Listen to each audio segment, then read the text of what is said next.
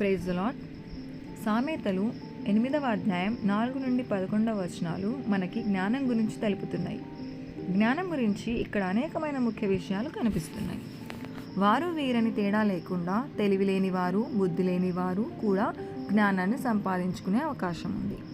జ్ఞానం అన్నది యథార్థత, సత్యం, పవిత్రత, న్యాయాలకు సంబంధించినది. వీటికి భిన్నమైనదంతా అజ్ఞానమే. లోక సంబంధమైన ఆస్తిపాస్తులన్నిటికంటే జ్ఞానం ప్రధానమైనది. బైబిల్ ప్రకారం జ్ఞానం అంటే దుష్టత్వం నుంచి తొలగి దేవుని వైపుకు తిరిగి ఆయన వాక్కులను ధ్యానించుకుంటూ ఆయన ఆజ్ఞలను శిరసావహించడమే.